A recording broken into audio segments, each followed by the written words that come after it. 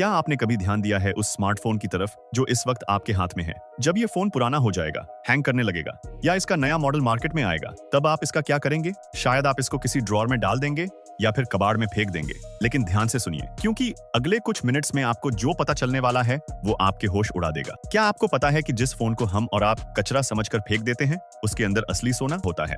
हाँ, आपने बिल्कुल सही सुना। 100% रियल प्योर गोल्ड छुपा होता है। ये कोई कहावत नहीं है, ये एक ऐसी सच्चाई है जो दुनिया की सबसे बड़ी टेक कंपनीज आपसे छुपाती हैं। आपको हैरानी होगी ये जानकर कि अगर हम जमीन से निकले हुए 1 टन सोने के पत्थर को लें और दूसरी तरफ 1 टन पुराने मोबाइल फोन्स को लें, तो उन पुराने फोन्स में उस पत्थर से भी ज्यादा सोना निकलेगा।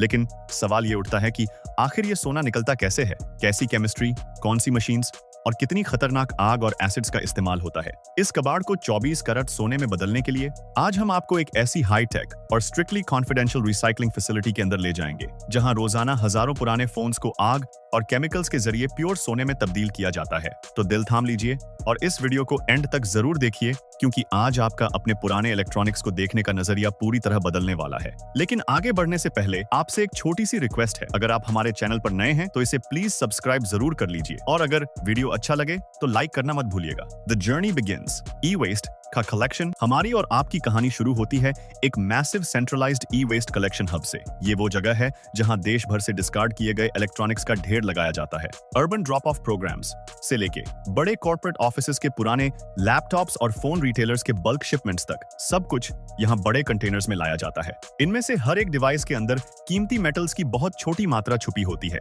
लेकिन सोने तक पहुंचने से पहले इस कचरे को सॉर्ट करना बहुत जरूरी है। सॉर्टिंग फैसिलिटी में काम करने वाले वर्कर्स सबसे पहले फोन्स के आउटर प्लास्टिक केसेस को निकालते हैं। इसके बाद सबसे रिस्की स्टेप आता है लिथियम आयन बैटरीज को निकालना। इन बैटरीज को बहुत केयरफुली हैंडल किया जाता है, क्योंकि जरा सी भी गलती या डैमेज से इनमें भयानक आग लग सकती है। लेकिन हमारा असली इनाम फोन के अंदर छुपा है। ये प्राइज हैं प्रिंटेड सर्किट बोर्ड्स या पीसीबीज। ये हरे और नीले रंग के बोर्ड्स होते हैं जिन पर माइक्रोचिप्स, कैपेसिटर्स और गोल्ड प्लेटेड कनेक्टर्स लगे होते हैं। हालांकि एक बोर्ड में सोने की मात्रा बहुत कम होती है, लेकिन जब हजारों बोर्ड्स एक साथ मिलते हैं तो ये मात्रा बहुत बड़ी हो जाती है। इन पीसीबीज को प्लास्टिक बिन्स में इकट्ठा किया जाता है, जबकि स्क्रीन्स और एल्यूमिनियम को अलग रिसाइकलिंग स्ट्रीम्स में भेज दिया जाता है। मटेरियल रिडक्शन, टेक ट्रैश का चूर चूर होना। अब जब हैजर्डस पार्ट्स हटा दी गई हैं, तो ये प्रिंटेड सर्किट बोर्ड्स एक कन्वेयर बेल्ट के जरिए अपने अगले स्टेज की तरफ बढ़ते हैं। इस फेज को मटेरियल रिडक्शन कहा जाता है। इन बोर्ड्स को श्रेडर में डालने से पहले एक आखिरी चेकिंग होती है। अगर बोर्ड्स पर कोई ग्लास के टुकड़े या मैग्नेटिक ड्राइव्स बचे हैं तो उन्हें हटा लिया जाता है, ताकि आगे के केमिकल प्रोसेस में कोई कंटेमिनेशन ना हो। हर एक डिटेल को लॉक किया जाता है, सिर्फ क्वालिटी एश्योरेंस के लिए ही नहीं, बल्कि एनवायरमेंटल रेगुलेशंस को फॉलो करने के लिए भी। इसके बाद बोर्ड्स एंटर करते हैं इंडस्ट्रियल श्रेडर में। आप इमेजिन कीजिए एक ऐसी विशाल मशीन जिसमें मैसिव रोटेटिंग स्टील ब्लेड्स लगे हैं, जो किसी भी सख्त चीज को पल भर में पाउडर बना सकते हैं। जैसे ही ये सर्किट बोर्ड्स इस मशीन में जाते हैं, सिर्फ कुछ ही सेकंड्स के अंदर ये चावल के दाने जितने छोटे टुकड़ों में बदल जाते हैं। इस चूर हुए मटेरियल को इंडस्ट्री की भाषा में ई स्क्रैप ग्रैन्युलेट कहा जाता है। लेकिन इस ढेर में सिर्फ सोना नहीं है, ये मेटल्स, रेजिन्स, फाइबर ग्लास और माइक्रोस्कोपिक डस्ट का एक बहुत ही कॉम्प्लेक्स मिक्सचर है, जिसे अब अलग करना जरूरी है। सेपरेशन प्रोसेस, मैग्नेट्स और मशीन्स का जादू। इस ई स्क्रैप ग्रैन्युलेट को अलग करने का प्रोसेस काफी साइंटिफिक होता है। सबसे पहले आता है मैग्नेटिक सेपरेशन, एक तेजी से घूमता हुआ ड्रम जिसके अंदर पावरफुल मैग्नेट्स लगे होते हैं, इस ढेर के ऊपर से गुजरता है। ये मैग्नेट्स बचे हुए लोहे, स्क्रूज या स्टील कनेक्टर्स को अपनी तरफ खींच लेते हैं। इसके बाद बारी आती है एडी करंट सेपरेटर की। ये एक हाई स्पीड रोटेटिंग सिस्टम है जो मैग्नेटिक फील्ड्स का इस्तेमाल करके नॉन फेरस मेटल्स यानी एल्यूमिनियम और कॉपर को अलग करता है। मैग्नेटिक फील्ड की वजह से ये हल्के मेटल्स हवा में उछलकर अलग बिन्स में गिर जाते हैं। अब जो हमारे पास बचता है वही हमारा असली टारगेट है। ये एक हाई डेंसिटी मिक्स होता है जिसमें सोना, चांदी, पैलेडियम और प्लैटिनम शामिल होते हैं। लेकिन ये सारे प्रेशियस मेटल्स अभी भी फाइबर ग्लास और रेजिन डस्ट के साथ चिपके हुए हैं। इस डस्ट को वाइब्रेटिंग स्क्रीन्स और साइक्लोन सेपरेटर्स के जरिए फिल्टर किया जाता है। इस पूरे प्रोसेस के दौरान पावरफुल वैक्यूम सिस्टम्स उड़ने वाले जहरीले पार्टिकल्स को खींच लेते हैं। प्रोसेस के एंड में फैक्ट्री के पास कुछ बोरियां बचती हैं जिनमें काला और ग्रे रंग का फाइन पाउडर होता है। सोना अभी भी इस धूल के अंदर कैद है। द केमिकल मैजिक, एक्वारेजिया और गोल्ड का पिघलना यहाँ से शुरू होता है।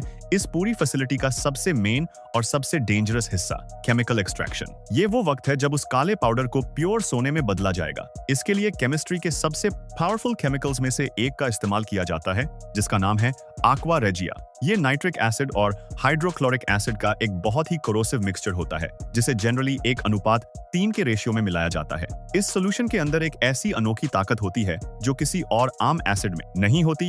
ये सोने को पिघला सकता है। फुली सील्ड केमिकल रिएक्टर्स के अंदर उस फाइन ई वेस्ट पाउडर को इस aqua regia के साथ बहुत सावधानी से मिलाया जाता है। जैसे ही एसिड पाउडर में मिलाया जाता है, एक जबरदस्त केमिकल रिएक्शन शुरू होता है और जहरीले धुएं उठने लगते हैं, जिन्हें इंडस्ट्रियल वेंटिलेशन सिस्टम्स तुरंत कैप्चर कर लेते हैं। कई घंटों तक ये एसिड अपना काम करता है, मॉलिक्यूल्स के बॉन्ड्स को तोड़ता है और सोने को अपने अंदर घोल लेता है। सोना अब सॉलिड नहीं रहा, वो लिक्विड फॉर्म में आ चुका है, जिसे क्लोरोऑरिक एसिड कहा जाता है। ये लिक्विड एक बहुत ही ब्राइट ऑरेंज रंग ले लेता है, जो इस बात का सबूत है कि आपका सोना अब इस पानी में तैर रहा है। प्रेसिपिटेशन, सोने की कीमती कीचड़। अब हमारे पास एक नारंगी रंग का लिक्विड है जिसमें सोना घुला हुआ है, लेकिन इस लिक्विड से सोने को वापस सॉलिड फॉर्म में कैसे लाया जाए? यहाँ काम आती है एक और बेहतरीन केमिकल ट्रिक। वर्कर्स इस लिक्विड में एक रिड्यूसिंग एजेंट डालते हैं, जैसे कि सोडियम मेटाबिसल्फाइड। जैसे ही ये पाउडर उस ऑरेंज लिक्विड में मिलाया जाता है, एक रिएक्शन होता है। अचानक से लिक्विड के अंदर सोने के छोटे छोटे पार्टिकल्स बनने लगते हैं और नीचे बैठने लगते हैं।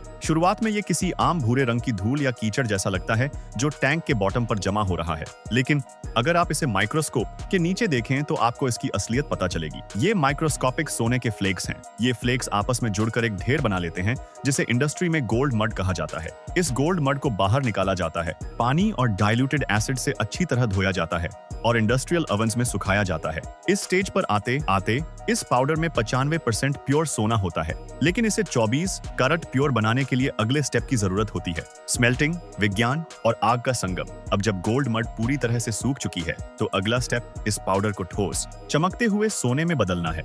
इस प्रोसेस को स्मेल्टिंग कहा जाता है। सबसे पहले इस सूखे हुए गोल्ड मड का वजन किया जाता है और इसको एक हाई टेम्परेचर इंडक्शन फर्नेस में डाला जाता है। ये फर्नेसेस इतने पावरफुल होते हैं कि इनका टेम्परेचर 1100 डिग्री सेल्सियस से भी ऊपर चला जाता है। सोने को पिघलाने के लिए 1064 डिग्री सेल्सियस की जरूरत होती है। फर्नेस के अंदर इस पाउडर के साथ बोरैक्स और सिलिका जैसे केमिकल कंपाउंड्स डाले जाते हैं, जिन्हें फ्लक्स कहा जाता है। इनका काम होता है सोने के अंदर बची हुई गंदगी को अपने साथ जोड़ लेना। जैसे जैसे मिक्सचर गर्म होता है, सोने के अंदर की सारी इंप्योरिटीज अलग होकर ऊपर की तरफ तैरने लगती हैं। इसे बहुत ही सावधानी से ऊपर से हटा लिया जाता है। अब जो फर्नेस के अंदर बचता है, वो है पिघला हुआ लिक्विड सोना, जो एक बहुत ही सुंदर ऑरेंज रेड लाइट से चमक रहा होता है। इस लिक्विड मेटल को आग से निकालकर सीधा ग्रेफाइट के मोल्ड्स में डाला जाता है।